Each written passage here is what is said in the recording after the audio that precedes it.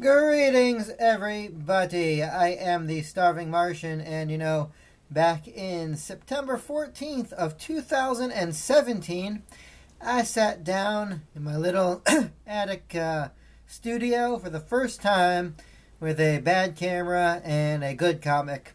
And here we are, 2 years later, sitting down with a good camera and a bad comic. So, I guess that's progress for you.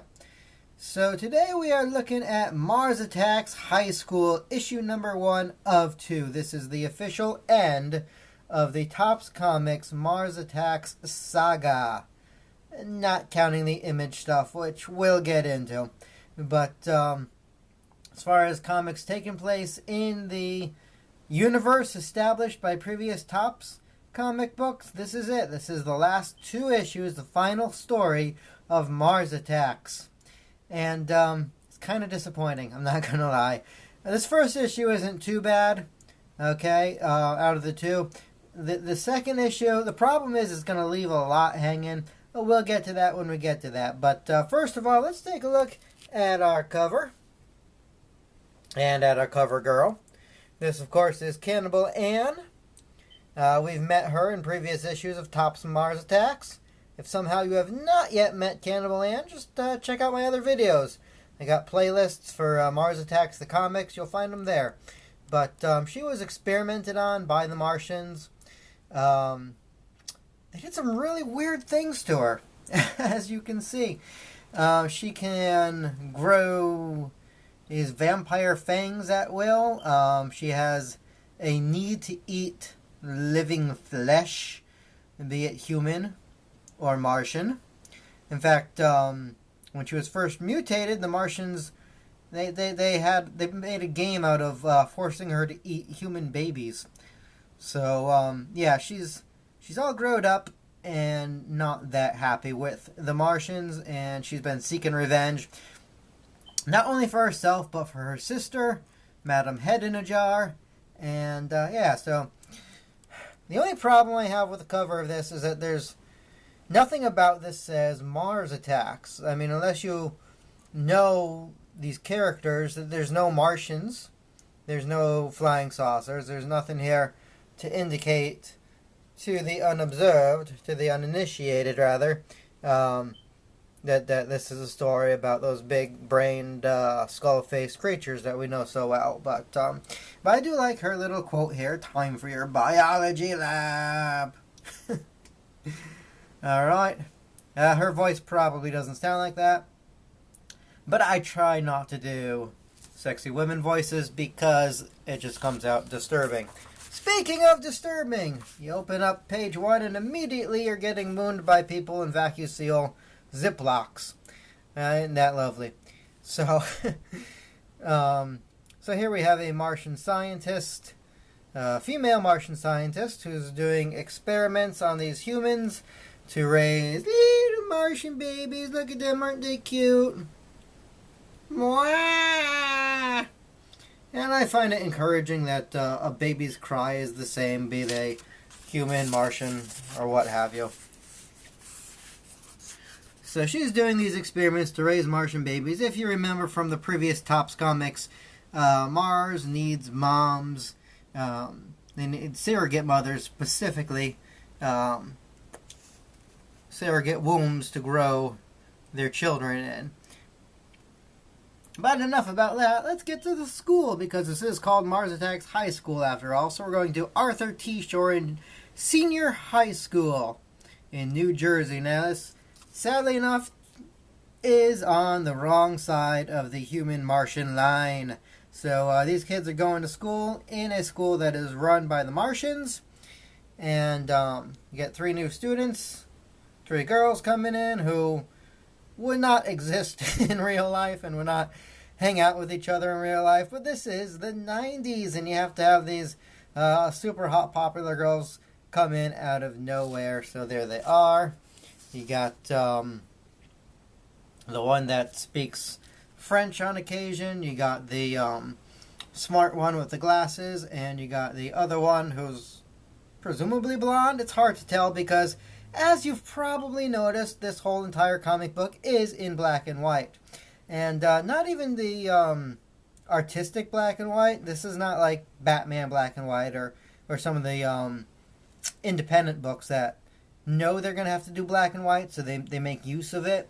This is more like we ran out of money and couldn't color it black and white. Be that as it may. So the girls, first day in class, and these kids here, Ronnie is one of them. You'll meet him in a little bit. And his friends try to hit on them.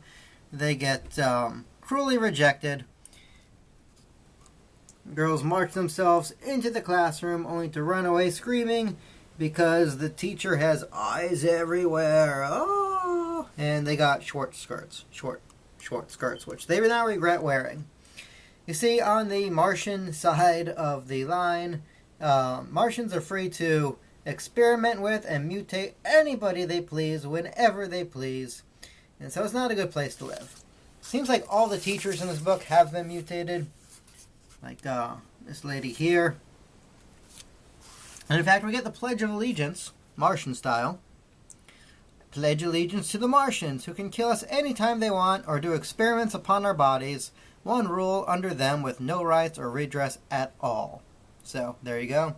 And class consists of information being pumped directly into your child's brain via some kind of VR helmet. We're getting there. We'll be there before you know it.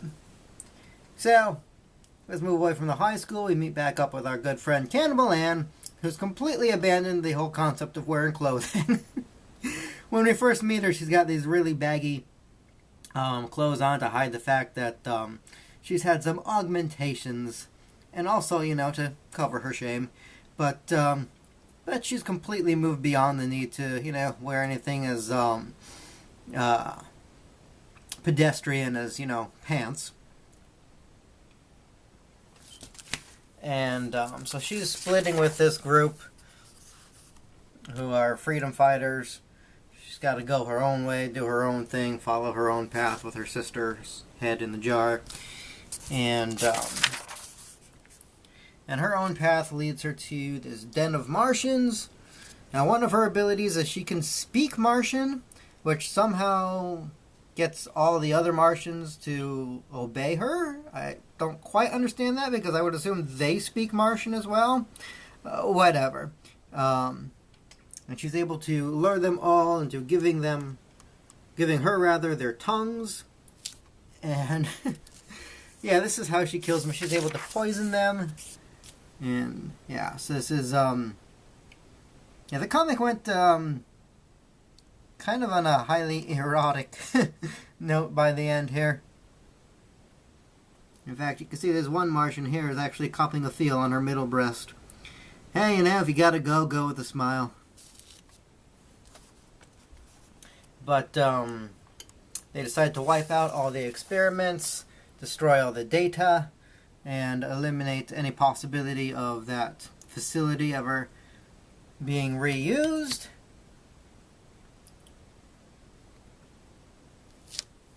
And we hook back up with Komodoth. Haven't seen him in a while. He, of course, is the leader of the Martians.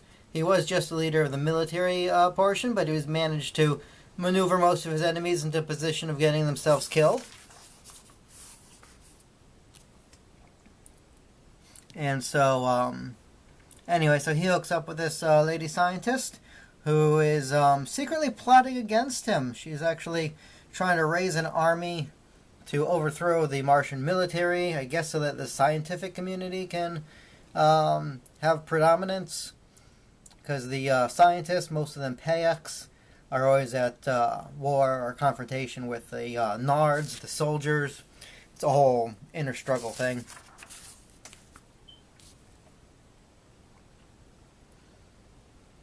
And Cannibal Ann enters the picture, and we find out, as she says, I have fulfilled my side of our bargain.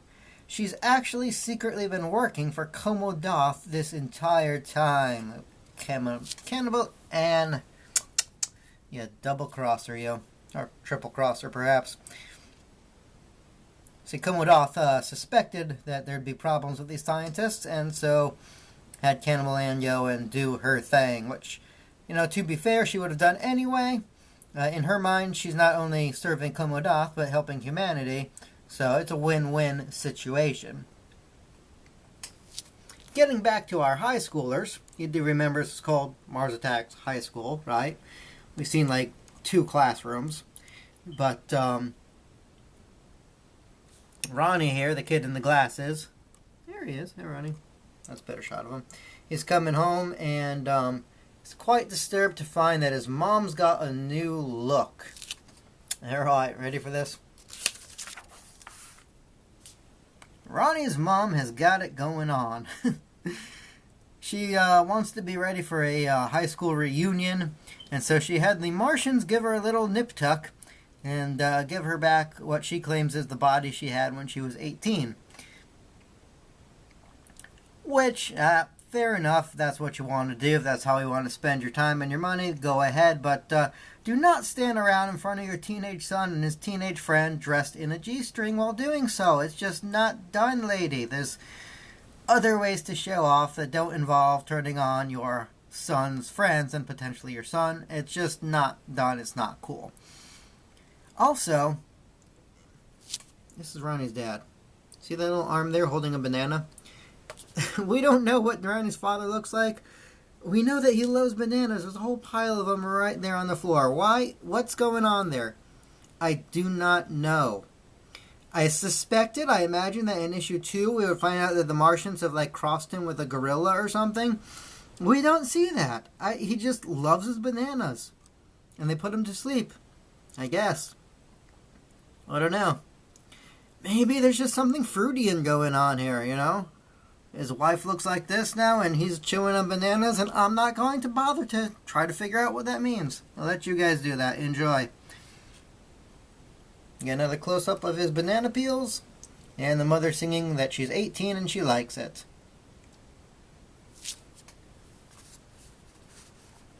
Meanwhile,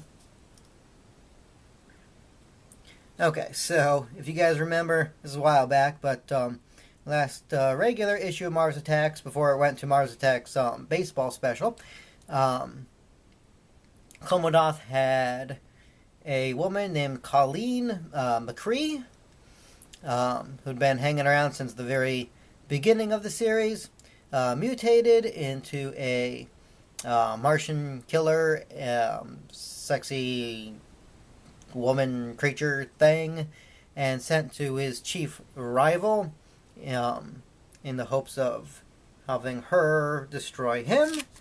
And we find out that that was not actually successful. He managed to survive. In fact, he managed not only to survive, but to thrive on it. He says, yes, Komodoth's gift, extend to him my appreciation for the exotic interlude it provided. So, we find out that our good friend Colleen has been sent to this gentleman here, who apparently loves British pop music from the 60s. Because not only is he listening to this popular song here, life is different today, I hear every mother say. Anyway, but he wants to give her Mick lips. Referring, I assume, to Mick Jagger. And I think it's kind of hilarious that these Martians know so much about Earth music and culture. So yeah, that's what he's thinking about. He's got her tied to the table. We're going to do further experiments and mutations on her, and he's worried about whether or not he should give her Mick lips. I guess he wants her to move like Jagger. I do not know. But Colleen McKay, I am going to make you perfect, he says. This is the last we will see of Colleen McKay. Character's been around since issue number 1 of the miniseries. We never learn her fate. It's kind of sad, but I am almost out of time, and this is the end of the issue. Anyway, so that has been Mars Attacks High School. Halfway decent, but the second one is a bit of a letdown, and we will get there in just a week or so. But until then, this has been the Starving Martian, reminding you all once again to keep watching the skies.